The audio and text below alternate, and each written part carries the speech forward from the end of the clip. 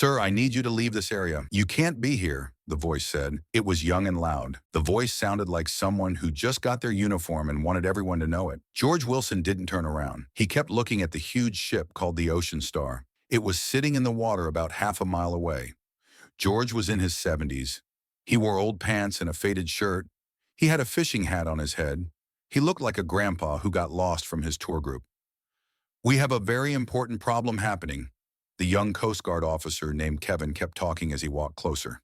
His partner stood back with his arms crossed. "We have cameras in the air and special teams ready. We don't need regular people getting in the way." George put down his binoculars. They were cheap and looked like a toy in his big wrinkled hands. He turned his head slowly. His eyes were the color of faded blue water. They looked calm but deep. "What's their pattern?" George asked. His voice was low and rough.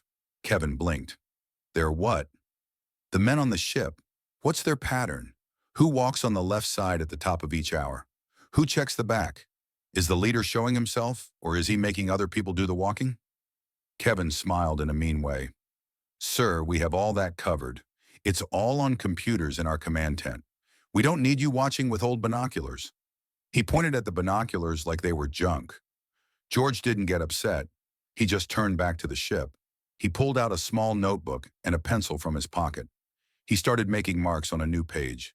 This simple act seemed to make the young officer angry. This whole dock was full of high-tech equipment and important people. Federal agents, company bosses, and special teams moved around looking worried and busy. News vans were kept far away. And here was this old man just drawing in a notebook. The problem was serious. 12 hours ago, a team of pirates with big guns had taken over the Ocean Star ship. They took 22 crew members as prisoners. Their demand was simple, $50 million. Their deadline was sunrise. Kevin decided he had waited long enough. "Okay, that's it. I need to see your ID card. Then you need to leave right now."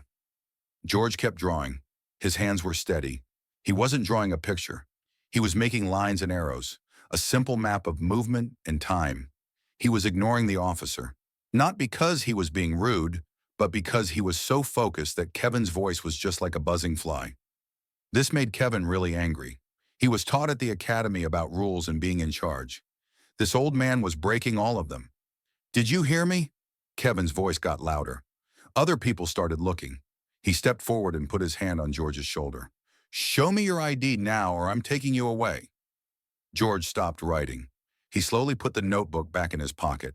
He reached for his old leather wallet in his back pocket. More people started watching.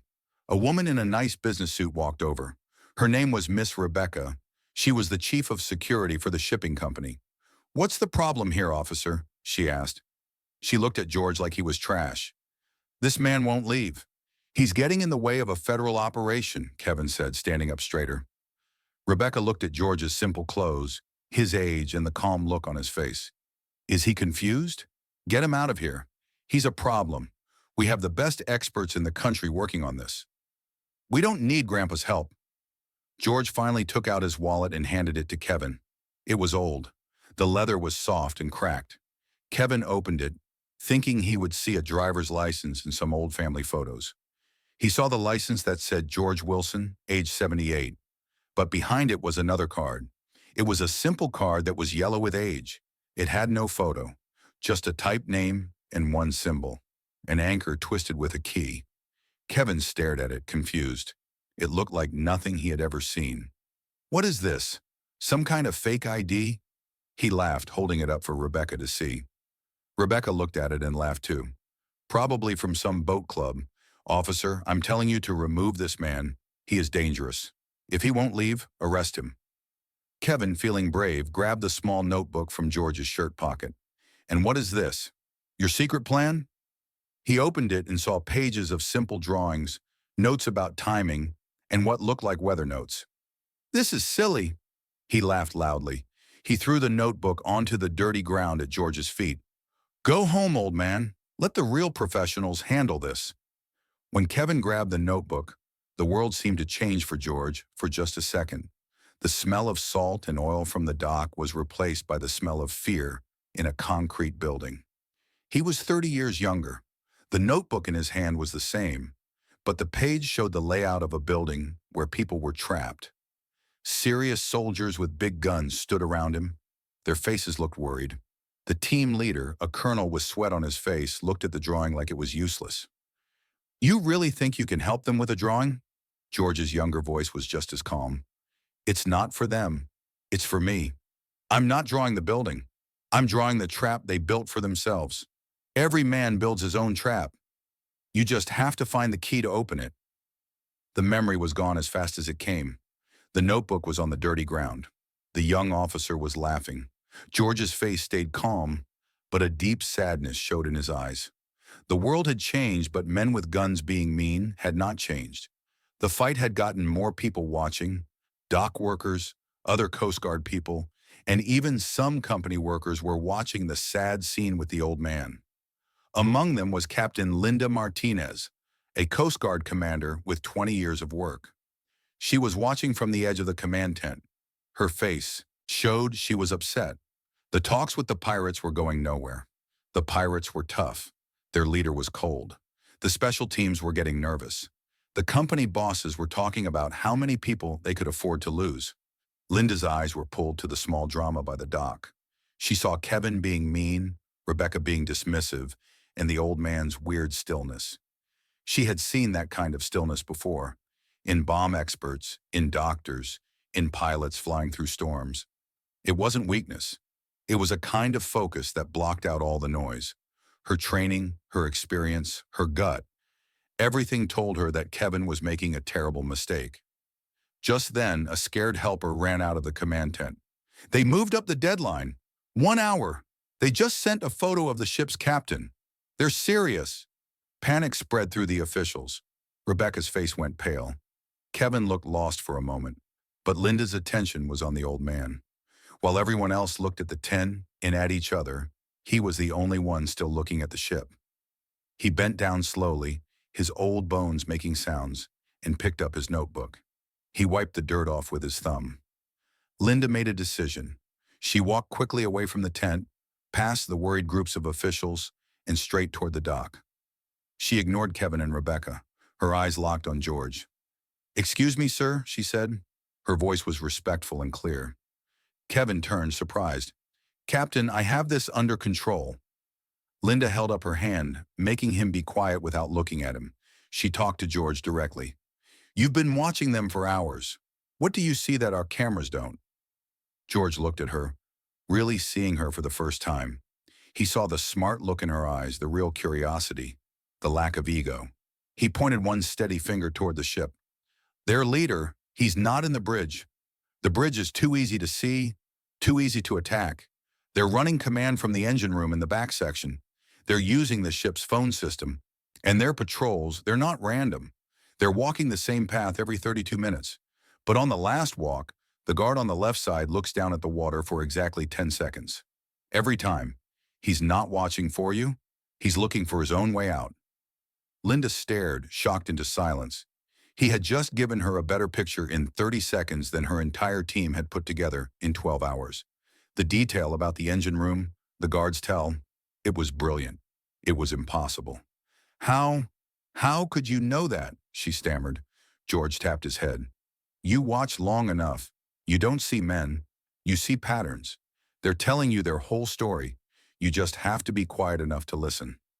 Linda felt a jolt, a flash of memory from a long-forgotten class at the academy, about a legendary hostage negotiator from the Cold War, a man they called the Ghost because he would appear, solve an impossible crisis, and disappear.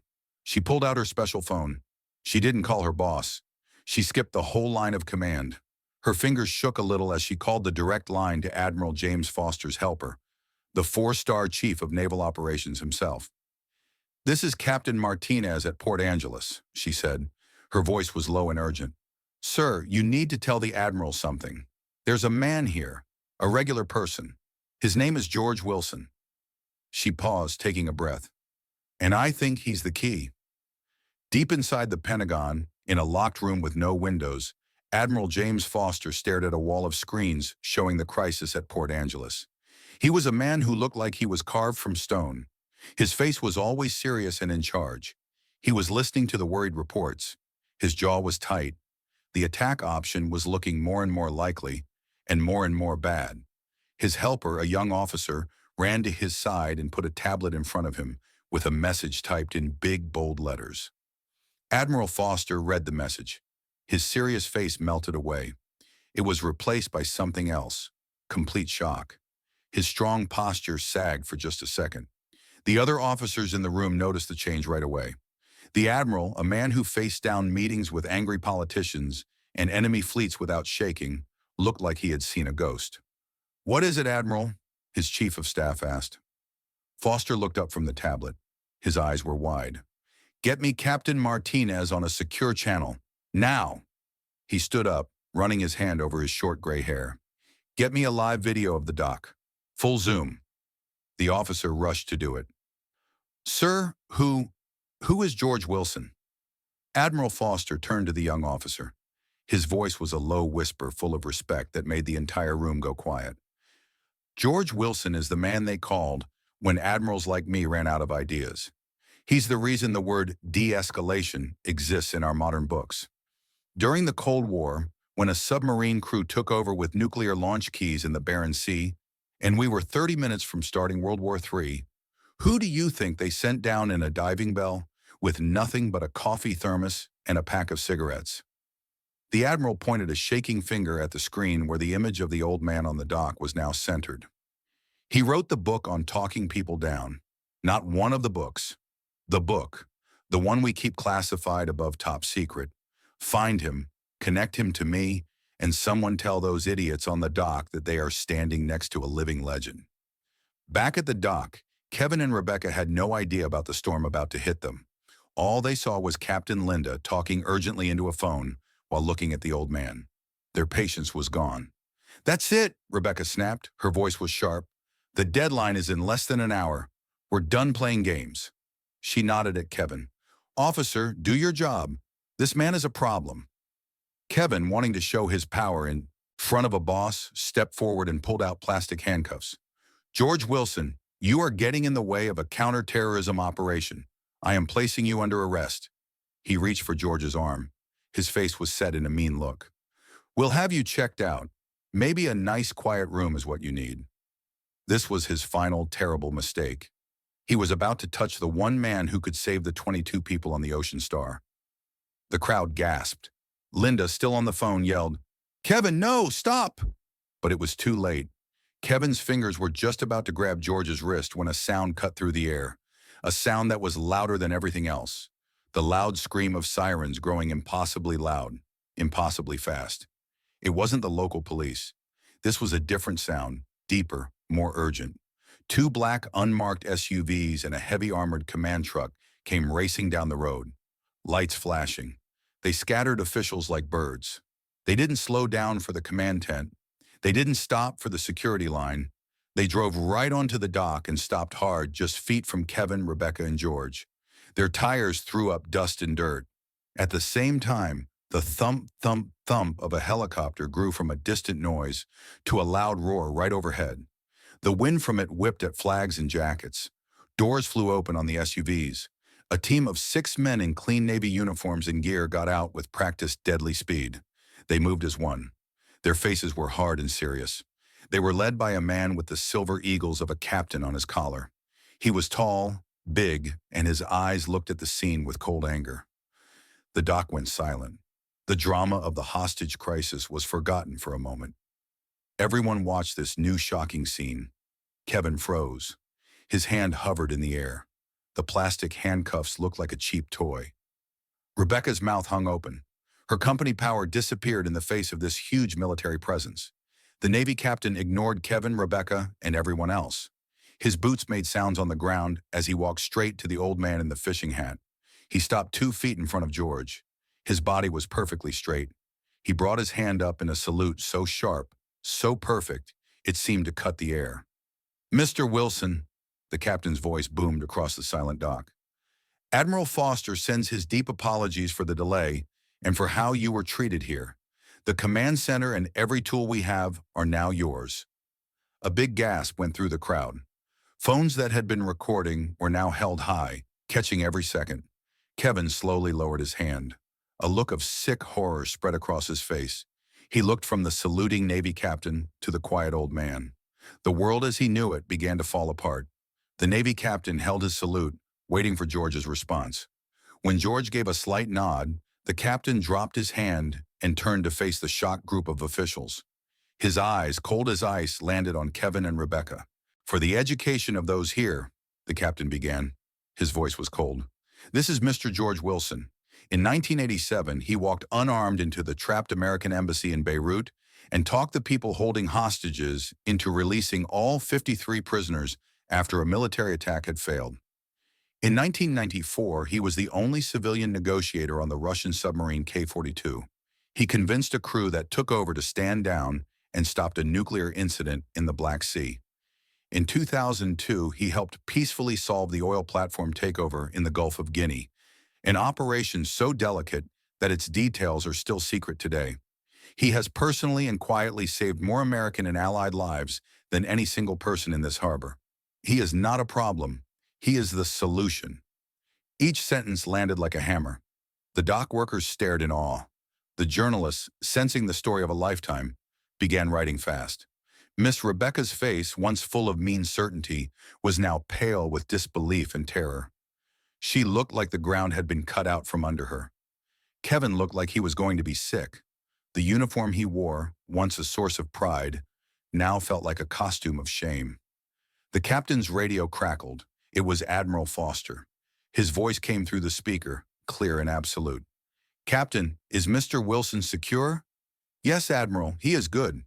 He is now OIC, officer in charge of this entire operation. His power is above all others, including mine. Give him whatever he wants. A pen, a pencil, a phone, or a carrier strike group. His call.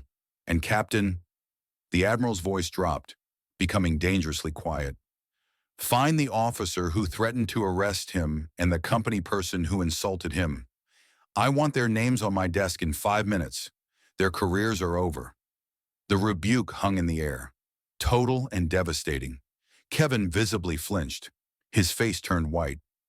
Rebecca swayed on her feet, looking for support that wasn't there. But it was George who spoke next. His quiet voice cut through the military talk. He placed a gentle hand on the Navy captain's arm. "That won't be needed, Captain." He then turned his eyes to Kevin. There was no victory in them, no meanness, only a tired kind of pity. "Son," he said softly, "the uniform isn't armor that makes you right. It's a responsibility that challenges you to be right. You were looking for a threat to stop. You should have been looking for a solution to find." He then looked at Miss Rebecca. "Ma'am, you were worried about your company's money, but a balance sheet can never calculate the value of a single human life or the cost of losing one." His wisdom, delivered so gracefully after being completely proven right, was more cutting than any official scolding. He turned away from them. His personal victory was already forgotten. His mind was already back on the real problem, the ship. He walked toward the mobile command center. The Navy captain and his team fell in step behind him, like an honor guard. Inside the high-tech van, surrounded by glowing screens and nervous technicians, George seemed to grow bigger. He ignored the displays and the camera feeds. He walked over to a small counter where a pot of coffee was brewing. He picked up a thick white ceramic mug with a chip on the rim. The smell of fresh coffee triggered another memory, another lifetime. He was on the bridge of a warship in the middle of a tense standoff. The air was thick with the threat of violence. A young sailor, no older than 19, his hands shaking, had brought him a mug of coffee just like this one. "They're going to kill us, aren't they, sir?" the boy had whispered. His eyes were wide with terror. A younger George had taken the mug. His own hand was perfectly steady. "Not today, son," he'd said with a small, reassuring smile. "They're just as scared as we are. They just hide it better. Our job is to talk to the man behind the mask." Back in the present, George took a slow sip from the chipped mug. He turned to the communications officer. "Get me a channel to the pirate ship. Open frequency, no secret code. I want him to know anyone can listen in." He sat down at the console, the quiet old man in the fishing hat, ready to speak to the man in the cage. The talk was not a battle. It was a master class in human connection. George didn't use threats or demands. He didn't talk about the special teams or the warships gathering over the horizon. He just talked. He asked the pirate leader, a man named Marcus, about the wind. He talked about the water currents in that part of the ocean. He learned Marcus was a fisherman before his village's waters were poisoned by industrial waste from a big corporation. A company, it turned out, that was part of the very shipping line that owned the Ocean Star. George didn't offer excuses or company talk. He listened. For 3 hours, he let Marcus unload a lifetime of pain and sadness. He wasn't negotiating for a ship anymore. He was listening to a man's broken life. He didn't offer Marcus freedom or money. He offered him something more valuable: dignity. He offered him a way to end this without more violence, a way to make his point on a world stage without becoming a monster. At dawn, just as the sun came up over the horizon, Marcus and his men walked onto the deck, laid down their weapons, and gave up. All 22 crew members of the Ocean Star were safe. In the weeks that followed, things changed quickly. The shipping company, facing bad publicity and under huge pressure, launched a massive cleanup of the waters around Marcus's village and set up a money fund to help them. At Admiral Foster's request, the Coast Guard started a new training program for all its officers. It was called the Wilson Protocol. It focused on unusual threats and the critical importance of being aware over just following rules. Miss Rebecca was quietly moved to a desk job in another part of the world. Officer Kevin was not fired, but he was taken off active duty and sent to the academy, where he spent his days in a classroom studying the very lessons he had failed to see on the dock. 1 month later, George Wilson was sitting at a small outdoor cafe looking over the water not far from the port. He was drawing the seabirds in his notebook when a shadow fell over his table. He looked up to see Kevin, now in regular clothes. The young man's face was stripped of its former meanness. It was replaced by a deep, humble shame. "Sir," Kevin began. His voice was barely a whisper. George looked at him for a long moment, then pointed to the empty chair across from him. "Sit down, son," he said. His voice was gentle. "Tell me what you've learned." Kevin sat, and for the first time in his life, he began to listen. If you were moved by George Wilson's story of quiet courage, please like this video, share it with someone who appreciates true heroes, and subscribe to Veteran Valor for more stories that must be told.